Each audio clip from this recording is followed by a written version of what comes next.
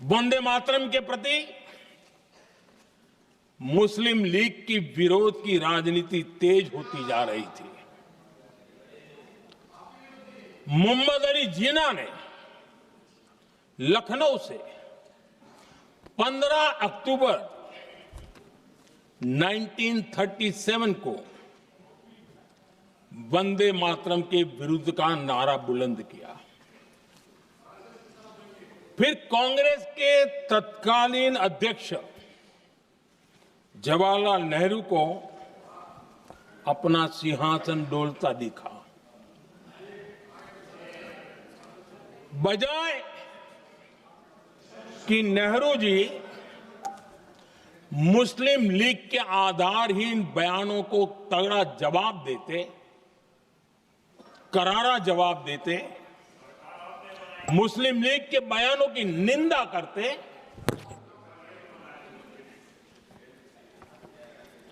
और वंदे मातरम के प्रति खुद की भी और कांग्रेस पार्टी की भी निष्ठा को प्रकट करते हैं। लेकिन उल्टा हुआ। वो ऐसा क्यों कर रहे, वो तो पूछा ही नहीं, न जाना। लेकिन उन्होंने वंदे मातरम की ही पड़ताल शुरू कर दी। जिन्ना के विरोध के 5 दिन बाद ही 20 अक्टूबर को नेहरू जी ने नेताजी सुभाष बाबू को चिट्ठी लिखी। उस चिट्ठी में जिन्ना की भावना से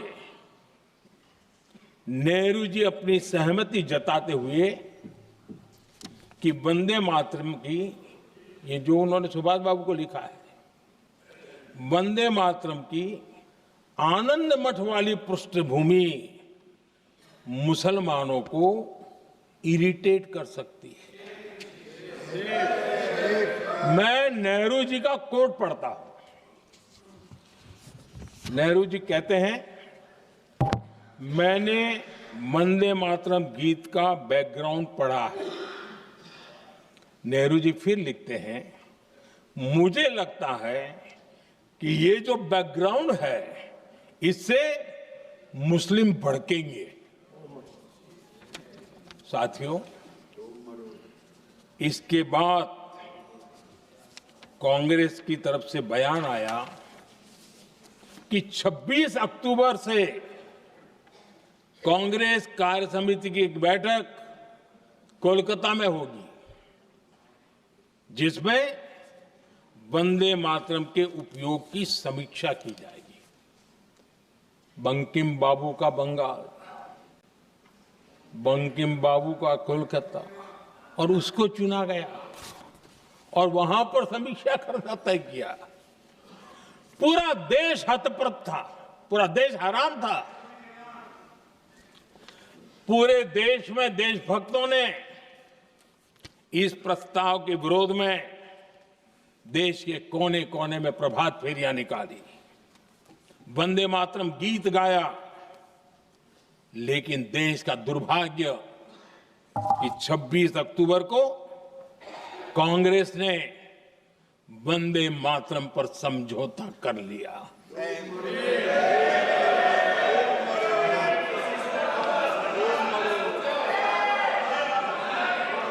वंदे मातरम के टुकड़े करने के फैसले में, वंदे मातरम के टुकड़े कर दिए। उस फैसले के पीछे नकाब ये पहना गया, चोला ये पहना गया कि ये तो सामाजिक सद्भाव का काम है। लेकिन इतिहास इस बात का गवाह है कि कांग्रेस ने मुस्लिम लीग के सामने घुटने टेक दिए और मुस्लिम लीग के दबाव में किया। और कांग्रेस का ये तुष्टीकरण की राजनीति को साधने का एक तरीका था। आदरणीय अध्यक्ष जी, तुष्टीकरण की राजनीति के दबाव में कांग्रेस वंदे मातरम के बंटवारे के लिए झुकी, इसलिए कांग्रेस को एक दिन भारत के बंटवारे के लिए झुकना पड़ा।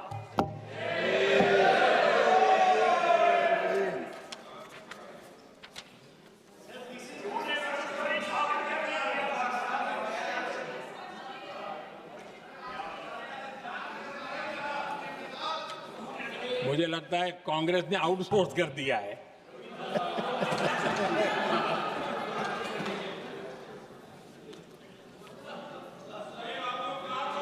दुर्भाग्य से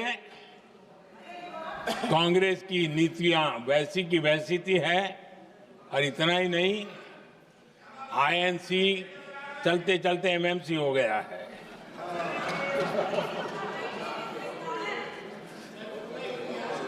आज भी कांग्रेस और उसके साथी और जिन जिन के नाम साथ कांग्रेस जुड़ा हुआ है, सब वंदे मातरम पर विवाद खड़ा करने की कोशिश करते हैं।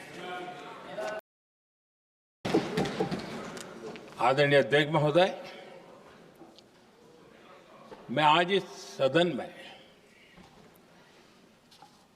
वंदे मातरम पर महात्मा गांधी की भावनाएं क्या थी वो भी रखना चाहता हूं। दक्षिण अफ्रीका से प्रकाशित एक साप्ताहिक पत्रिका निकलती थी, इंडियन ओपिनियन, और इस इंडियन ओपिनियन में महात्मा गांधी ने 2 दिसंबर 1905 जो लिखा था उसको मैं कोट कर रहा हूं। उन्होंने लिखा था, महात्मा गांधी ने लिखा था, गीत वंदे मातरम जिसे बंकिम चंद्र ने रचा है, पूरे बंगाल में अत्यंत लोकप्रिय हो गया है। स्वदेशी आंदोलन के दौरान बंगाल में विशाल सभाएं हुई, जहां लाखों लोग इकट्ठा हुए और बंकिम का यह गीत गाया। गांधी जी आगे लिखते हैं, ये बहुत महत्वपूर्ण है। वो लिखते हैं, ये 1905 की बात है। उन्होंने लिखा, यह गीत इतना लोकप्रिय हो गया है जैसे ये हमारा नेशनल एंथम बन गया है।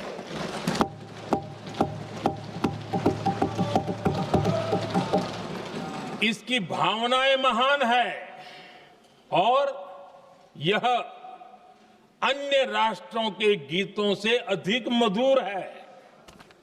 इसका एकमात्र उद्देश्य हम में देशभक्ति की भावना जगाना है। यह भारत को मां के रूप में देखता है और उसकी स्तुति करता है। अध्यक्ष जी, जो वंदे मातरम 1905 में महात्मा गांधी को नेशनल एंथम के रूप में दिखता था, देश के हर कोने में, हर व्यक्ति के जीवन में जो भी देश के लिए जीता जानता, देश के लिए जागता था, उन सब के लिए वंदे मातरम की ताकत बहुत बड़ी थी। वंदे मातरम इतना महान था, जिसकी भावना इतनी महान थी, तो फिर पिछली सदी में इसके साथ इतना बड़ा अन्याय क्यों हुआ?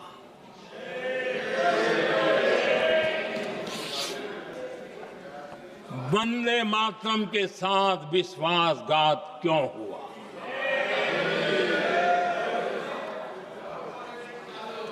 ये अन्याय क्यों हुआ? वो कौन सी ताकत थी जिसकी इच्छा खुद पूज्य बापू की भावनाओं पर भी भारी पड़ गई, जिसने वंदे मातरम जैसी पवित्र भावना को भी विवादों में घसीट दिया। मैं समझता हूं कि आज जब हम